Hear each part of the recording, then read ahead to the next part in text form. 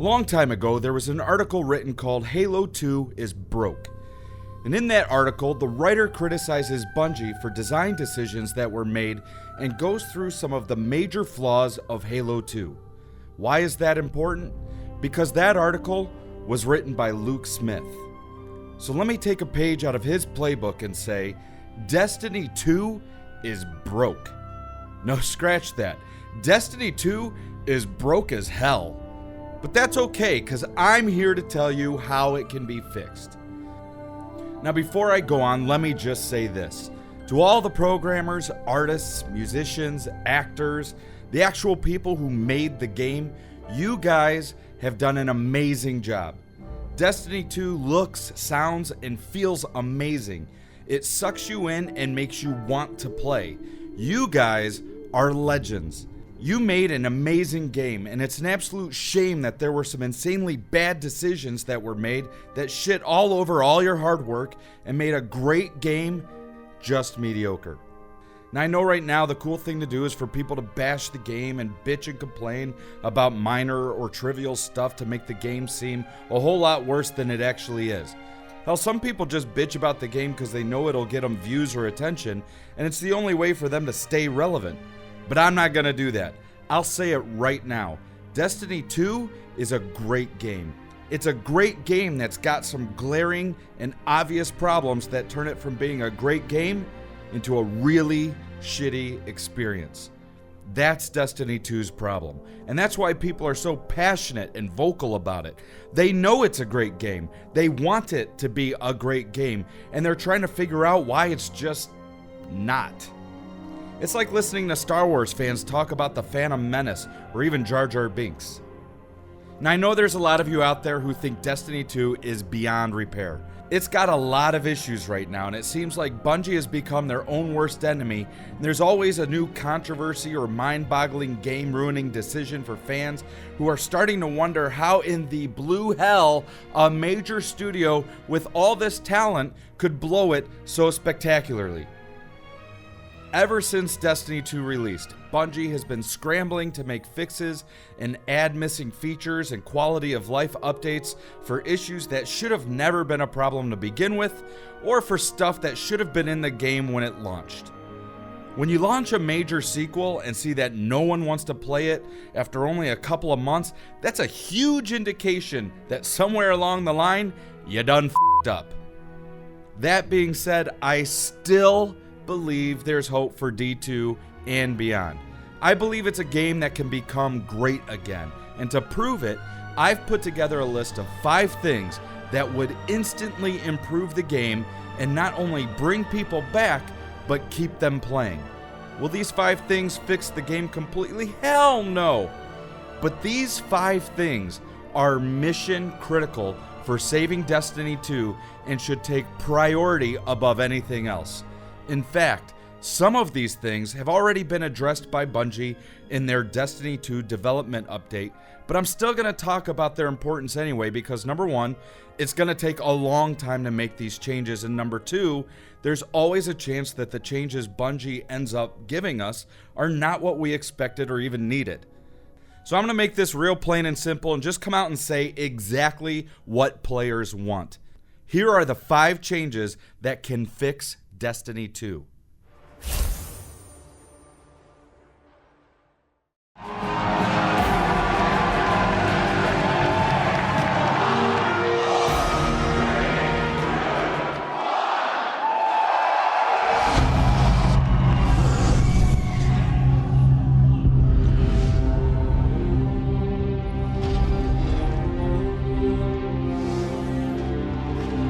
What makes a guardian a guardian?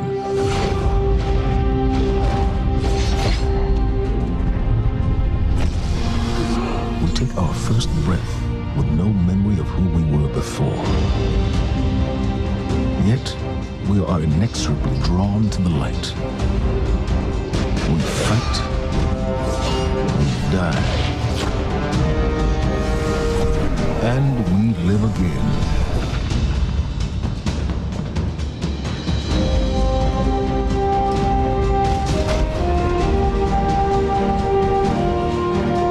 We know that we were chosen for a reason, by something greater than ourselves. For as deep and wide as humanity's rivers have run, it has now been reduced to a precious few, needing something to believe in and a place to call home. This is what we have been called to, the future that we fight for, the future we will protect.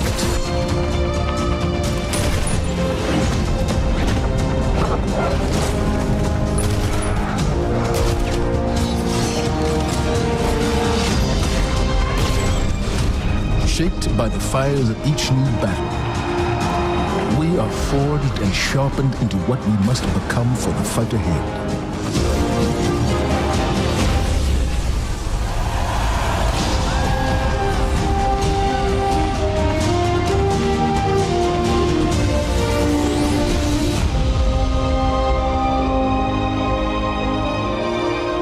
What we have built is only the beginning, a symbol of what we can achieve, of who we are and our great purpose here. But the day may come when we will be tested, when all we hold dear is threatened. And then we will see what each of us is truly made of.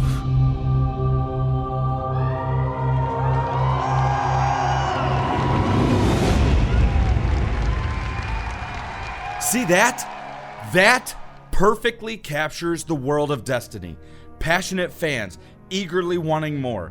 A world to explore and get immersed in, to hang out in with your friends, and a guardian who becomes more and more powerful as you play and master the game, acquiring more and more powerful weapons and armor along the way. Want to become a PvP god? You got it. Want to explore vast worlds? You got it. Want to play through story missions, taking on alien races, leading up to a final encounter with the ultimate bad guy? You got it. And after all that, take on the ultimate challenge of gathering your friends you met along the way to take on the hardest of challenges, the Endgame content, reserved only for the most dedicated, the PvE raid and PvP trials. You got it. That's called incentive. Always something to chase after. Always a reason to keep playing. It's what created such a passionate fan base before and during Destiny 1. Finally, an MMORPG FPS. Except, that's not what we got, because that's not what Destiny 2 is. I'm not going to sit here and spend time speculating why it happened. Whether it was rushed development, holding content back to boost sales for DLC, or a shift in direction or vision for the game to a more casual-friendly traditional FPS shooter, because in the end, it doesn't really matter. Whatever the reason, it is what it is, and there's no changing the past. But that doesn't mean it has to stay that way.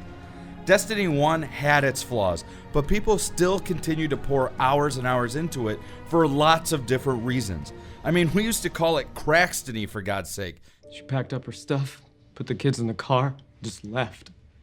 I didn't even notice. I couldn't even try to stop her. Why? I was on a raid. If I would have stopped, people would have died. Oversoul. Damn right, Oversoul. So I just kept going, and that's when I realized that I'm It's okay, Todd. You're in a safe place. addicted to Destiny. Bungie employees used to say that Destiny 1 came with a wedding ring because of the time commitment. People used to joke about being addicted to Destiny, but for some reason, Bungie saw that as a bad thing. Maybe because they couldn't keep up with the desire for more and more content, or maybe because people started to complain about the commitment required for playing Destiny. Posts started appearing in forums complaining about the grind or not having access to endgame loot. People complained about RNG and duplicate drops, and the people who did have time to grind for god roll weapons had a distinct advantage in PvP. So, they took a lot of that out to appeal to a more casual audience. And now, there's no incentive to keep playing. Now you get shit for free just for being part of a clan. Now there's no reason to grind for loot because it's all average. Now there's no reason to do strikes or raids or adventures or lost sectors or public events or crucible or trials or anything else in the game because there's no incentive to keep doing those things. Hit it and quit it. Incentive to keep playing is the number one thing wrong with Destiny 2 right now, and it flows into the other 4 issues I'm going to talk about as well. Now, obviously, incentive to keep playing PvP is slightly different, so we'll cover the PvP side of things later. When I play Destiny, I want my Guardian to become more and more powerful. I don't want it to be too easy to level up, and I don't want things just handed to me. I want to earn it. If it's easy to get, it's not special. And if loot is useless, or worse, average, it's no good to me. You're going to see a guy wielding the Cudgel of Xanthor or the Fate of All Fools or whatever crazy names the writers come up with for these weapons and armor, and you're going to understand where they came from and what they went through to get there. Yes! We want that too! I want gear that's rare and insanely tough to get. Gear that makes other people jealous. And not because I f***ing bought it. I'm not gonna buy cosmetics in a game I hardly play, so give me incentive to keep playing. I want a sense of pride and accomplishment in not only becoming more powerful, but earning my gear, whether that means doing a hard quest, or beating a hard boss or a challenge just to get it. I want a reason to keep doing lost sectors or adventures, just like strike-specific gear kept me doing strikes in Destiny 1. I want a reason to redo story missions or explore these amazing worlds you created looking for secrets. I want to farm for things, and I want meaningful loot. Loot that's not special or that I have no reason to use or was just handed to me because I'm part of a clan is not loot. It's not rewarding. Remember when getting the max light level was reserved only for people who completed the hardest activities in the game? It used to mean something, like a badge of honor. Not anymore. Now anyone can get that pretty damn easily. Remember getting that drop you were chasing after for the longest time? If I said names like Fatebringer, Black Spindle, Grasp of Malak, Gallarhorn, Touch of Malice, Vex Mythoclast, most people would have memories of what they had to do to get those things. That doesn't happen in Destiny 2.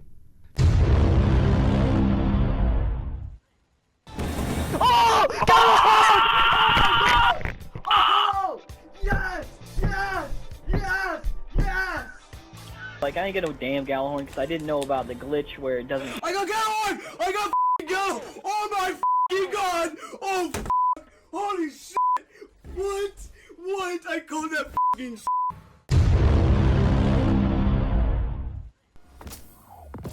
Lucky Raspberry!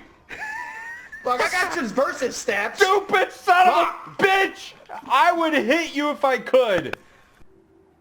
Alright, here we go. I'm thinking nothing but legendary shit. Lucky Raspberry, son of a... God damn it!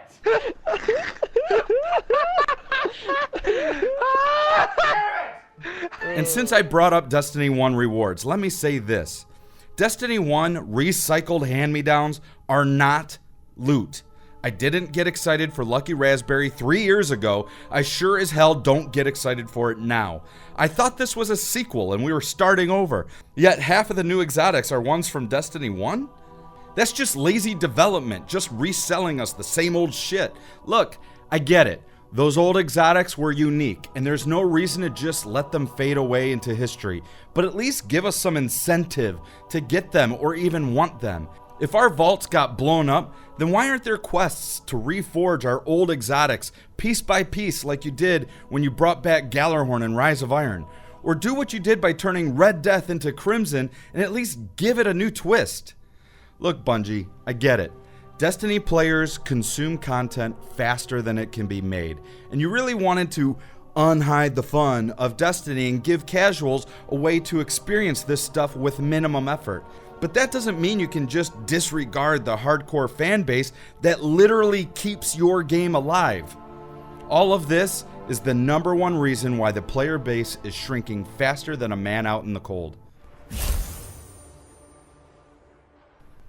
When it comes to Destiny 2's PvP, people are going to have very different opinions depending on a player's skill level and even their playstyle. One thing is for sure though, right now, Destiny 2's PvP environment is stale, boring, and completely one-dimensional. There's a lot of reasons for this, and when it comes to PvP, making just the smallest change can completely change the entire PvP environment. For example, adding a primary shotgun like the universal remote could totally change the landscape of how Crucible is played. Sure, it could be that Bungie's plan is to slowly incorporate more and more into the Crucible to see how it changes things as they go, but for the time being, the Crucible sucks. It all comes down to options. How the hell do we not have the option of which game mode we want to play? If I want to play Control, I can't, unless I happen to randomly get it. Well, let's play Clash. Oh wait, can't.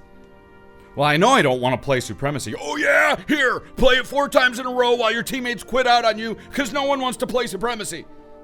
Having the choice between a few shitty playlists is not a choice. In fact, here's my choice, not playing.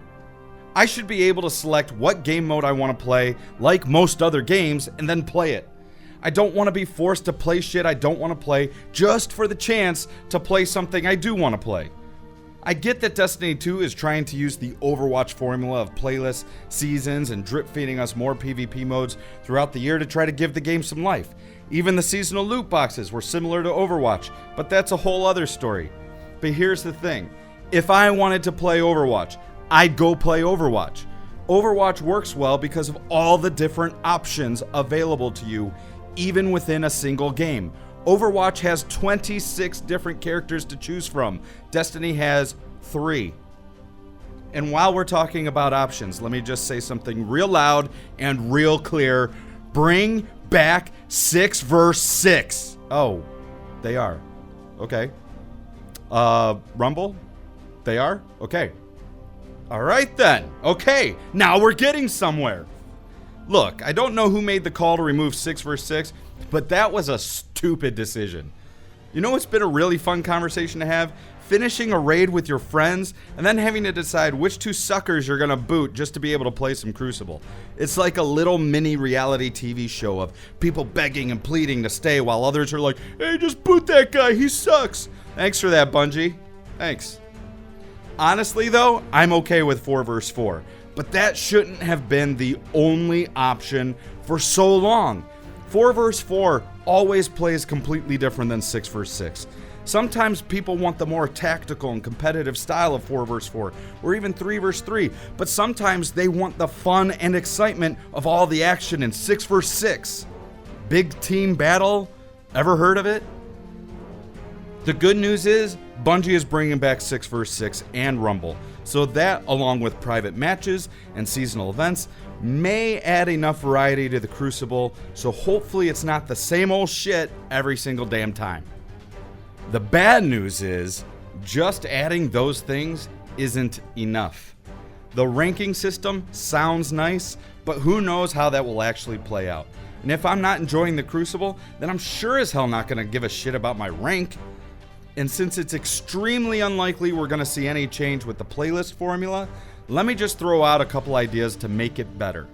Map voting or game voting so that we can at least choose not to play Supremacy on Javelin every single game. A rotation of weekly featured game modes like you did in Destiny 1. Oh, here's a really great idea. Why not have a weekly featured mode or even a set playlist that has strike modifiers attached to PvP games to encourage people to play differently? Bonus damage with hand cannons would give people a reason to use weapons or loadouts they don't normally use, or extremely short power ammo timers. Brawler, momentum, airborne, modifiers in PvP games would make Crucible fun and a completely different experience. And hey, while you're at it, stop breaking up the teams after every damn game. Sometimes I want a rematch. And you know what? Just get rid of Supremacy already. It's terrible. Just get rid of it. Just get it out. It's dumb. It's stupid. Nobody likes it. Just get rid of it. And swords. Mention the phrase Endgame and people will automatically think of loot. As important as rewards are for replayability, for a lot of players, becoming more and more skilled at the game is the true endgame and the reason to keep playing. Yes, you want a game that casuals can pick up and have fun with right away, but you want to provide enough depth to where good players stand out above the rest. No matter what game I play with my friends, the competition to be the best out of all of us keeps us playing.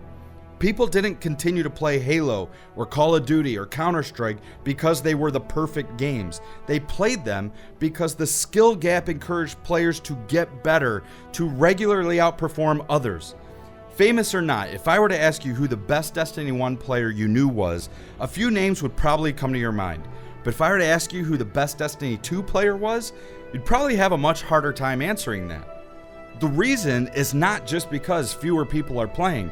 The bigger issue is that Destiny 2 narrowed the skill gap. Due to a lot of changes like 4 vs 4, slower time to kill, less abilities, power weapons, and ammo changes, along with virtually no close quarters combat, the superstar moments have pretty much been eliminated from the game. That's because in Destiny 2, they took away a lot of the tools a skilled player could use to dominate a game. It's no different than telling Steph Curry he's not allowed to shoot three-pointers anymore. You instantly make a great player average by taking away their options. The new weapon system, power weapons, energy kinetic, was a tough sell. It was a bet that the Sandbox team made at work, and there was a fair amount of healthy internal skepticism from people like Luke Smith, the effing creative director of the project, and that's a tough spot to be in. So what's the solution for all this? Well, that's the tricky part. Like I said before, any one change can completely change the environment, and there are a lot of ways to fix this or even mess it up more. The bigger problem is everyone is going to have a different opinion based on their own playstyle. If it were up to me, I think the biggest factor to increasing the skill gap is providing more playstyle options. Not only does it add variation to the game, but it provides different styles for people to excel at. The entire power ammo system needs to be reworked. It's not how Destiny should play. I don't have a problem with the time to kill, but I do have a problem with there being hardly any close quarters combat. Melees should not be 3 hits, and most grenades are terrible. Snipers and shotguns should not be in the power ammo slot. Everyone should be able to use those at any time. Like most other first-person shooters. When your best and easiest choice is to just hang back in a group and team shoot, there's a problem with your game. People will always gravitate towards whatever's easiest, and right now the Crucible is stale because there's really not a whole lot of options on different ways to play. Everyone does the same thing and is essentially on the same level. Games are the same over and over and over again, and it's hard to get better or be better with limited options available to you. Now, I'm not saying to put stuff back to Destiny 1 settings, but changes need to happen with snipers and shotguns, along with power ammo spawns, and there needs to be options for close quarters combat. Melees, in my opinion, should not be 3 hits. Give us our superstar moments back. High risk, high reward. You don't get those by hanging back in a rift, team shooting with all your teammates. More playstyle options available to the player means more fun and a greater skill gap. People want their characters to be unique. I mean, that's what Bungie promoted for years about Destiny. Your guardian goes with you wherever you go and all that bullshit. Destiny 2 scrapped a lot of customization options for your character and with your gear. There's almost no such thing as a character build anymore, and what seemed like a really great idea with mods has turned out to be useless. People used to customize their characters' abilities and loadouts based on how they wanted to play at any particular time, depending on the situation. Now, it feels like you have a generic character who has a few class abilities and generic weapons. Nothing is special anymore. Everything is ordinary. Actually, I was hoping you could talk about a few of those small touches, because they're actually, if you go in the subclass menu, right, it's different now, which was like everyone takes that first, like, oh my God. Yeah, like the first thing is that the subclass menu has, a couple basic choices about your class ability, and then, movement mode and grenade, and then you pick your super, but then there are 2 paths, right? We're trying to make it easier for people to have like an optimal build and just focus these four elements go together. You do them, and you can play it in a certain way. And then there's these other distinct 4 elements that work together. Instead of like, Luke would like look at me. He never plays a game with me. I'm just like not good enough for him or whatever. But he like inspect my character all the time to just like make sure I'm playing and stuff. Or he can like rag me at the office, and he's like, "What the hell are you doing with your like warlock, man? You got this helmet on with that thing, and you got this thing all agility. Where's your like Viking funeral? this is, you got to set up all wrong. Like, what do you even know how to play this game? You know?" And I'm like all ashamed, and now like I can't really screw that up, right? Like you're just like, oh, I'm pick the one on the top, and I can still do the wrong things, right? But like there are like 2 optimal ways to play now.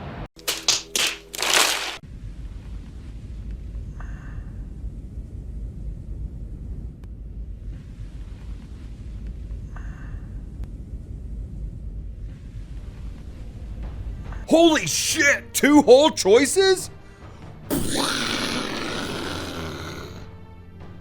I want you to sit there for a minute and think about what you just heard. Let that statement really sink in for a minute, because that one statement literally sums up the direction Bungie took with Destiny 2 and why it's failed so spectacularly. Now, like, I can't really screw that up. 2 choices so you don't screw up. Instead of providing a game with depth and a path to convert casual players into hardcore players, Bungie put training wheels on everything in Destiny 2 and noobified it to be a casual-friendly experience. An equal playing field so that everyone feels like a winner so they can't screw it up. And in doing that, they screwed it up. Look, the truth of the matter is, the real reason for all this is having all that stuff in the game is an absolute nightmare to balance. Bungie has never been able to keep up with the demands for more content, and then on top of that, the demands of balancing a game. And then they add PC balance and all those issues to all of that as well. With Destiny 2, it's like Bungie is trying so hard to avoid balance issues that their solution has been to take everything unique and special out and put everything on a level playing field. I mean, why worry about balance when you can just remove it from the game, am I right? But here's an idea. Instead of being willing for the game to fail because you would rather take out features than to separate them, why not just do what people have been asking for since 2014 and separate PvE and PvP balancing? PvP balance issues have always affected PvE one way or another. Just because something should be a certain way in PvP does not mean it should be like that for the rest of the game. Yes, we all want PvP to be balanced, but that doesn't mean you neuter the other half of the game to do that. Bungie, you have a perfect opportunity to make this happen with mods. We've seen how Masterwork mods can be specifically limited to either PvE or PvP. Give us mods like Firefly, or more ammo capacity for power weapons, or even more damage output for power weapons, or the Siva stuff from Outbreak Prime just for PvE. And then for PvP, give us Icarus or even increased melee damage. Give us customization options and make us grind for them or make them activity rewards. And then give us a Crucible event where we can equip anything we want at the same time. Bungie, you've said over and over and over that the goal of Destiny 2 was to unhide the fun, so that new players could experience what Destiny has to offer right away. But in doing that, you made things too easy, too ordinary, too watered down, while removing so many of the things that actually did make the game fun. The good news, though, is that not only can all this be fixed, but that Bungie is well aware that these things need to change. Now for this, I'm just going to get straight to the point. To Bungie or any other game company, here's the deal. Microtransactions are great as long as you don't violate the integrity of the game. Rule number 1, microtransactions are to be purely cosmetic and provide absolutely no advantage to the player. Rule number 2, the game should not be designed to intentionally punish you or throttle you in an attempt to lure you to spend real money to ease the difficulty. Bungie, this is where you f***ed up with all the different types of behind-the-scenes throttling you've done. And number 3, RNG loot boxes, which is literally gambling being marketed to children. Now, I personally don't have a problem with RNG loot boxes because I think it's such a stupid concept that it saves me money since I'll never buy one. But aside from the fact that it should probably be illegal, if you're gonna have RNG loot boxes, then you need to make it so people can purchase the specific items they want for a set amount, with the RNG loot box being more of a chance at multiple items like a grab bag. Also, here's something you need to know. The amount of money I spend on microtransactions is directly dependent on how much I plan on playing your game. Make a fun game, and I have no problem dropping more money on cosmetics. Make a shitty game, and I'm not going to spend a dime on your shit, no matter how cool it looks, because I'm not going to spend more money on a game I don't even want to play.